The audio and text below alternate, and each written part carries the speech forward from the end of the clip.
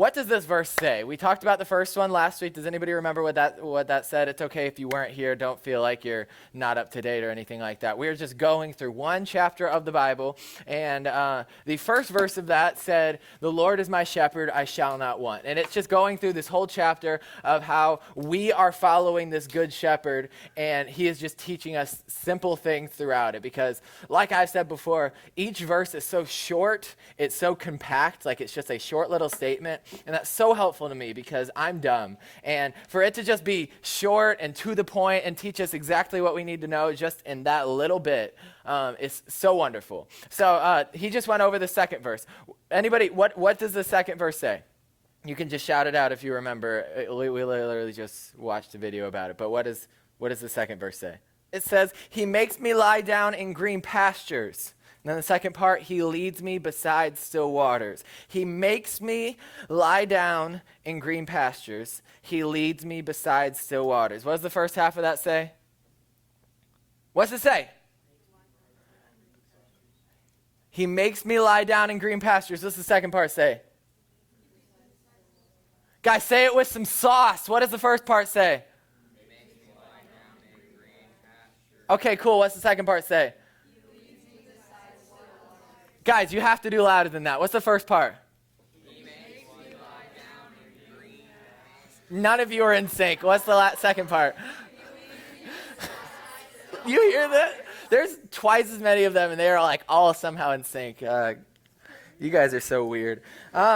Anyway, our topic for this series is so simple. It is defeating anxiety, and the first step to confronting and overcoming anxiety is to draw close to our shepherd. And Jesus gives advice on how to do this. He is our good shepherd. And in Luke 9, he said to all, he said, "Hey, if anybody wants to follow me, you are very welcome to do that, but this is what you have to do in order for that to happen. You got to deny yourself. And this is what has to happen daily. You have to take up your instrument of death," which sounds very dramatic, but he is saying you have to die to your own ambitions, to what you want, and just submit to me, the shepherd. And this is how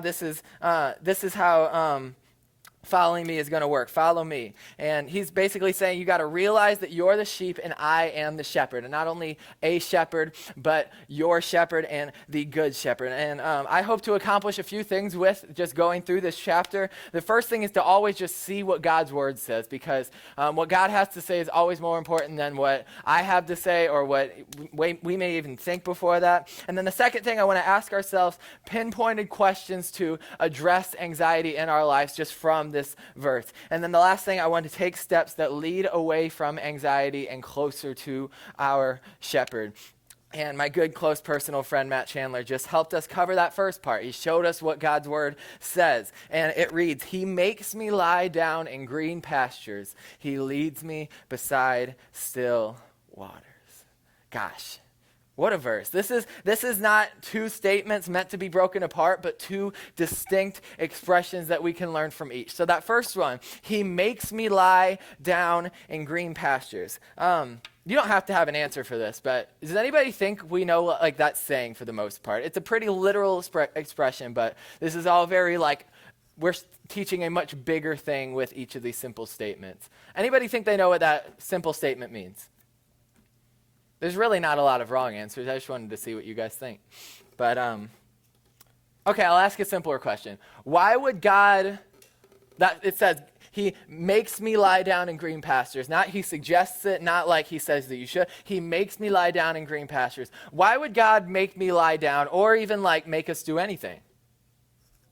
Hand raise, anybody? What was that? To help. Okay, yeah, good. Anybody else? I mean, that's along the right lines. All I had written down is just for our good, because, I mean, the Bible says it over and over again. His thoughts are not our thoughts, and thank God for that, because he knows infinitely more than I do, and he knows better. And that's the picture we get here. And we're seeing this picture of sheep with a shepherd. And I don't know if you guys know this, but sheep get anxious. Which it's kind of weird that we know that. I doubt science like all the time. Like, how did we find that out? But a published study on June 8th from 2016, so not that long ago, from the Animal Wellness Science Center in Melbourne, Australia. I kid you not, this is a real thing. They gave sheep different levels of like attention medicine. And they concluded that sheep get anxious, and they not only get anxious, but they get anxious because of their predators. And this can be like a bit of an eye roll, like, okay, sheep get anxious. Are we going to start giving sheep Xanax? Like, is this how we're going to move forward? But that's not the point. Sheep have anxiety because they have a lot of predators. They have a lot of them. They, just to name a few, they have wolves, coyotes, bobcats, mountain lions, bears, even eagles, which is kind of a bummer. Like, you can't really ever escape it. If something's flying by, I might die. But sheep, and the kicker is that sheep have no defense mechanism at all. Like most, like a porcupine, they have like spikes on their back and they need to shoot that out and stuff. Sheep have nothing like that except for their shepherd. That's literally all they got to bank on. And they can't defend themselves. That is the shepherd's job. And that's why sheep is so necessary to have a shepherd. They don't have some kind of defense mechanism. And when sheep try to defend themselves, even though they clearly cannot, they typically get in the way, actually, of the shepherd defending them. And they put themselves in more harm by scattering, by trying to figure it out themselves. And I don't know about you, but that sounds very familiar to my life a lot of the times. There's a story, actually, that there were two dogs, just two, at nighttime one time, that attacked a flock of sheep. And because the sheep were like scattered and trying to like figure out how to defend themselves and whatnot, 200 sheep died that night from two dogs. Two dogs can't eat that many sheep. They were just freaking out, and the dog was like, oh, another sheep, I'm going to kill that. And then literally two dogs killed 200 sheep because the sheep would not lay down at the shepherd. They panicked. They scattered. And this is what we're supposed to learn from this first part. We are sheep. That's the thing. We are sheep. And I could give you guys a bunch of like mind-blowing stats about like, especially our generation, but like people are struggling with anxiety and how anxious we are and stuff like that. But I think we get it. Like, I don't think that's something that we need to like beat even more. But like, I think we all are under the understanding that like anxiety is something that is real and it is a problem and it's something that we all deal with. And this is making it clear. When we try to defend ourselves from anxiety, we end up making it worse. And the only safe response is to run to our shepherd for safety. And this is why there's countless verses in the Bible, but I just wrote down one from the New Testament, one from the Old Testament. 2 Thessalonians 3:16, this is just a letter to people following Jesus, and it says, now may the Lord of peace himself, not through anybody else, but himself, give you peace at all times and in every way. The Lord be with you all. This is Paul praying. Like, this is such an important thing to pray for. And then in Psalm, the same person that wrote Psalm 23, King David, he said, cast your cares on the Lord, on Yahweh, the one true God, and he will sustain you. He will never let his followers, the righteous ones, be shaken. So that's what we see from this first part. But the second part is, he leads me beside still waters. Anybody? It's okay if you don't have an answer, but what do we think that's saying? He leads me beside still waters. It's a little bit more vague. It's a little bit more confusing. He leads me. That expression means to take someone to a place of refreshment, to escort with care.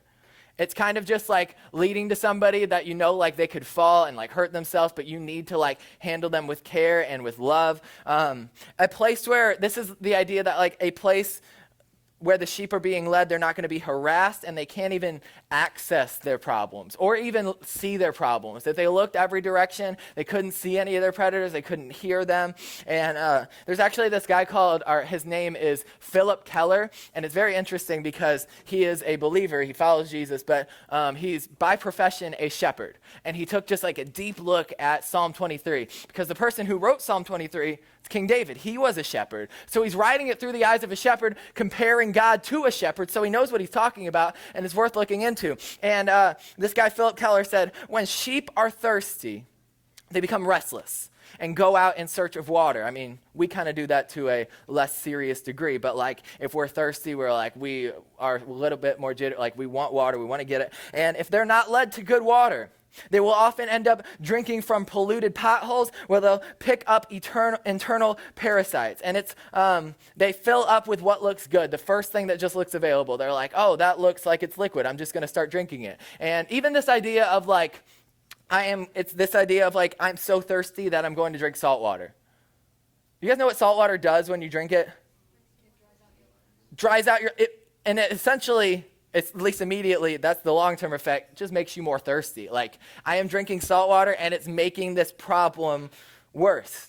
And I want us to remember this when we get so anxious that we go to the first thing that looks good. We drink out of the nasty water because that's all that we can find and that's the only thing that we can see at the time.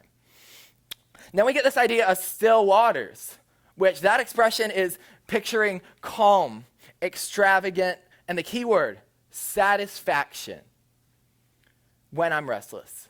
And my Bible's translation, when it says still waters, also says waters of rest on the bottom of my page is another translation. This is for our good. Does anyone know? It's okay if you don't, but I want us to see something here. Does anybody know the first thing in the Bible that God gave us as an example to follow? Like, he is setting a precedent on what everybody as his followers should do. Very first thing in the Bible.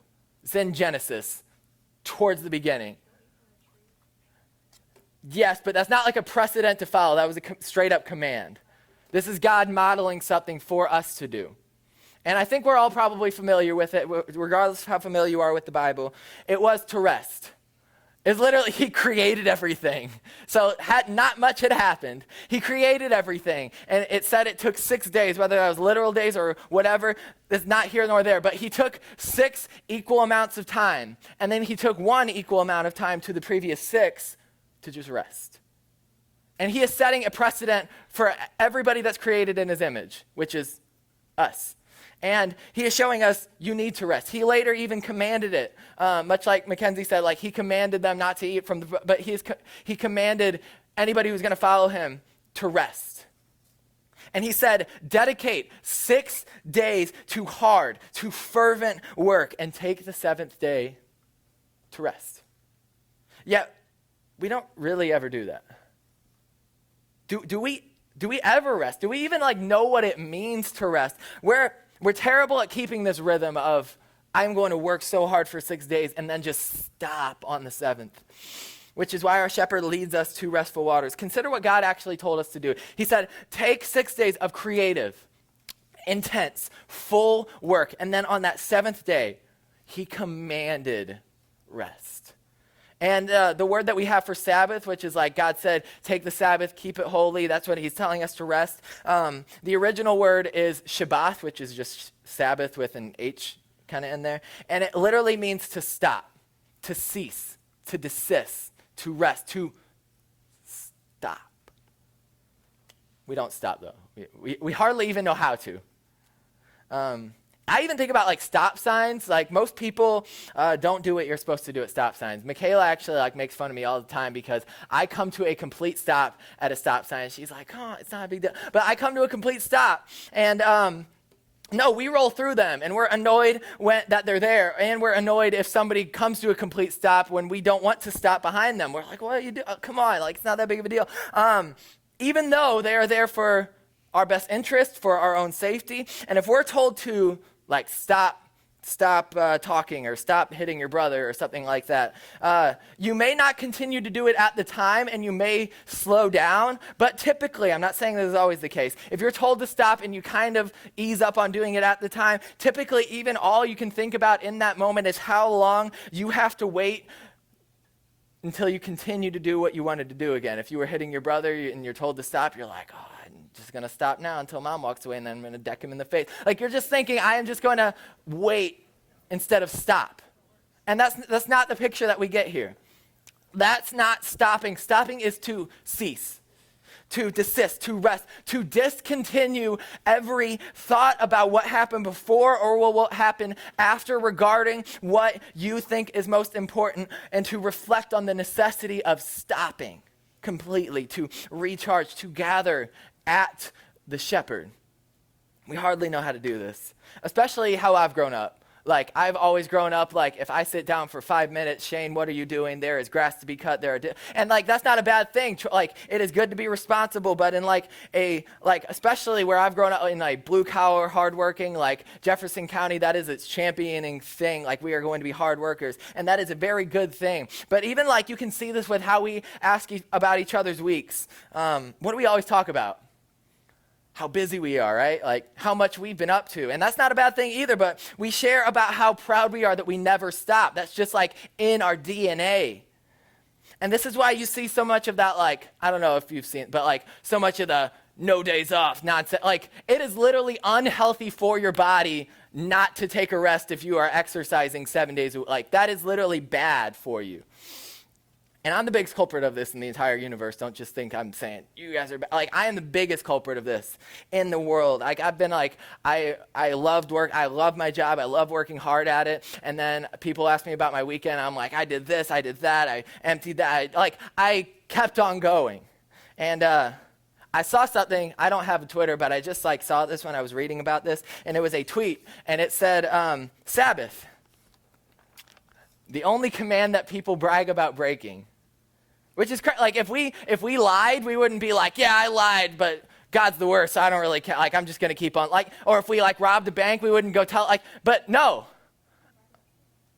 Sabbath is the only thing that we're gonna brag about breaking, and breaking God's command willingly, no less, which is what we normally do with resting, is to spit in His face. God's plan is for you to have 52 days a year sitting at still waters. So we don't have that much time left here. So I just want to ask one thing, and I want to do this every week. Ask a very specific, pointed question. How do I rest? And not like me, but I'm asking you to ask yourself that. And not the emphasis on like how so much, but how do I rest? I don't think anyone struggles with the idea that laziness is bad and sinful. Like we know that. No one will let us forget that. If you're lazy, you're not numbering your days. Like I love this verse in Psalm 90:12. Psalm is a very long book, but Psalm 90:12, and it's just David praying to God, and he literally says, God, teach me to number my days. He is saying, God, help me to realize that I am eventually going to die, and I have a lot to do before then. Which is kind of like a morbid thing if you think about it just in the short term, but it helps us value every single day. Like if you're like, I have an infinite, I don't know why I'm saying this example right now, but if you have an infinite amount of granola bars, because granola bars like never sound bad to me, you're never really going to appreciate the granola bars. But if you have like 50, you're going to appreciate each one even more. And that's kind of the picture we get here. David is crying out to God and literally asking him to help him realize that his life has a bookend. And let me make the most of it until then. My life has a last page. Help me to fill it with following you up until that last page.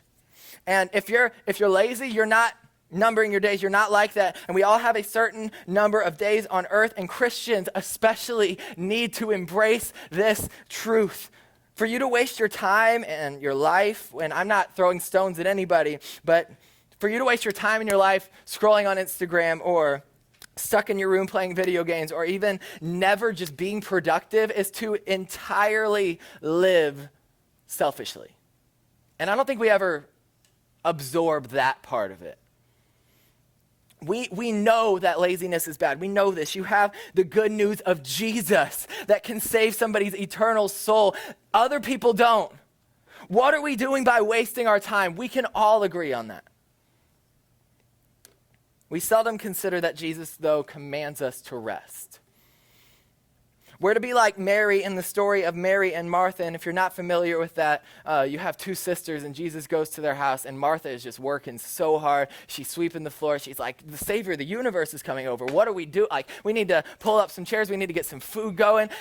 But then as soon as Jesus gets there, Mary just sits at Jesus' feet and starts talking to him and listening to him and absorbing as much as she can from her shepherd. Meanwhile, Martha's like, the food's still not done. And she's like freaking out. And we see kind of like, I see myself in Martha a lot, and she's like doing good stuff. But then Jesus responds to her and says in the book of Luke, but the Lord said to her, which Jesus is not always referred to as that. We're supposed to see him as the authority figure here, the shepherd. He said, my dear Martha, person working hard all the time, you are worried and upset over all these details. And he's not even saying that that's necessarily like a bad thing to focus on that. He doesn't condemn her for that. But he is like, there is only one thing, though, worth being concerned about. Mary knows it. She's discovered it. She knows it clear as day, and that will never be taken away from her. Still waters of satisfaction for a restless heart is never going to be taken away from us. Of course, go hard, work, don't be lazy. But it's just as much an issue to never rest as it is to be lazy. So the last thing I said that I want to do is take steps towards our shepherd and away from anxiety. Here's how I think we do that this week. Enjoy and rest in the green pastures and still waters. Like, I know a lot of times we like take stuff for granted, but that's kind of what I'm trying to like flip on its. Like, we have a lot of very good, especially in America. Like, we have so much good stuff, and like we're guilt tripped a lot of the times for having it, and that's neither here nor there. But I'm saying, if God has given you something, enjoy it. This is both metaphorical and literal. This can even be a picture of like finding a comfy chair and not just like sitting straight up. Like, no, this is like a picture of like lounging in it, like happily enjoying, like, man, I could have sat in any chair, but this one's so comfy and I'm just gonna enjoy it. And this can even like, I can be happy that I talk about my dog all the time. I can be happy that I have a cute dog. Or I can lean into enjoying the gift that God has given me of having a cute dog by taking her on walks, playing fetch, like enjoying the fact that I have that dog and God has given that to me. And this is kind of a foreign concept a lot of times for us. Several studies from Harvard, which is where smart people go, have found that being outdoors, in many cases, not all the time, but in many cases, helps with our overall health with like specific health needs. Like, it can help lower blood pressure. It can help even reduce stress. It can improve your mood. And I can tell that from personal experience. Like, I can be in a bad mood and then go play disc golf with my friends, and I might still be in a bad mood, but it's definitely not worse. Like, if I just enjoy God's creation outside, or if like I go with Michaela and like take Willa on a walk at Tower Grove Park, which is right down the street from our house, like, I'm not saying everything's better, but I'm never like worse off after that, especially in my mood. Being outside can help improve focus, can help us heal quicker. It can even like give creativity, like clarity with how creative you are and expressing that, which is so cool. A lady named Erica Price, which is very long job description, a certified therapeutic recreational specialist. Don't really know what that means. But she said, being outside in nature can be healing and beneficial for both the body and the mind, whether at the beach or the forest or in a neighborhood park. Nature offers a calming effect. And when we combine nature with physical activity or anything like that, it can help fight depression and anxiety. And I'm not trying to just like say, this is not like a public service announcement. Go outside, enjoy it. Like, no, I just want us to realize being outside is something that God has gifted everybody. Isn't that such a gift from God that like even just being outside has those healing and positive qualities to it? And that's something that God has gifted all of us. Literally, being outside is a vessel of defeating and fighting against depression and anxiety. If God has given us something so important and available to literally everyone, outside, to everyone, should we not rest in the green pastures and besides the still waters that he provides? And the last thing I want to point out, sometimes like we saw that sheep look at their predators and that is the cause of their anxiety. Sometimes you may like feel like God isn't there, or sometimes you may feel like he is not listening to you at all. All you can see are your problems, and that's causing you to feel very anxious. And trust me, I know that feeling.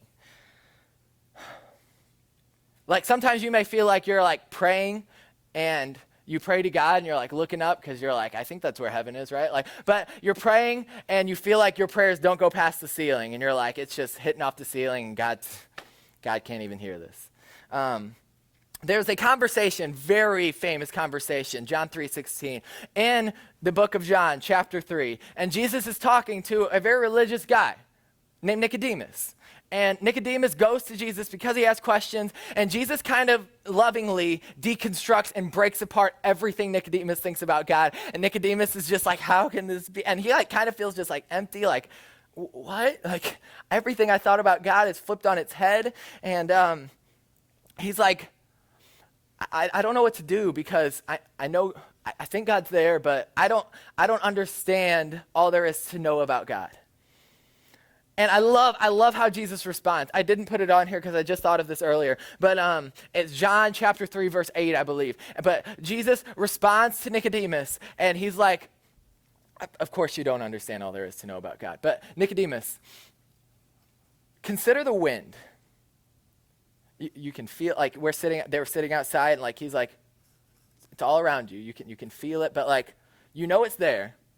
I think we can all agree that wind's there. How much do you really know and understand about wind? Like, it is such a common thing. How much do you really know? Like, where does it come from? You could tell me from your biology class, maybe, but where does it come from? Where is it going? Why is it going there? Why does wind exist? This is what Jesus is asking Nicodemus. How much do you really understand about wind? Yet, you know it's there because you can see its effects. Sometimes it's subtle. Sometimes it's like quiet. Sometimes you can just kind of feel it, and it's really hot out, so it feels really good. And sometimes it's huge. Sometimes it like causes tornadoes, and it's so obvious that wind is there. And Jesus is like, this is how the Spirit of God is in your life. Sometimes it's going to be subtle. Sometimes it's going to be quiet. Sometimes it's going to be so huge and undeniable to everybody witnessing it. Still always there. And I love that Jesus uses that metaphor because it's very much connecting back to what we have to learn from Psalm 23. Our shepherd makes us lie down in green pastures. Jesus said, if you're going to follow me, you have to rest, man, or you're doing it wrong. Our shepherd leads us to restful, quiet waters where that key word we find satisfaction that's not going to be found anywhere else. To drink from other water will leave us polluted, diseased inside, and to drink from restful, quiet waters will leave us satisfied by what our shepherd provides. We all can and need to improve upon resting, and that's just why, one question. I pray, actually, I'm going to pray right now, but this is why I just want everybody, you don't even have to listen to what I'm saying while I'm praying. Actually, I prefer you don't. Ask yourself just that one question. How do I rest? Because it's pretty important. So let's pray.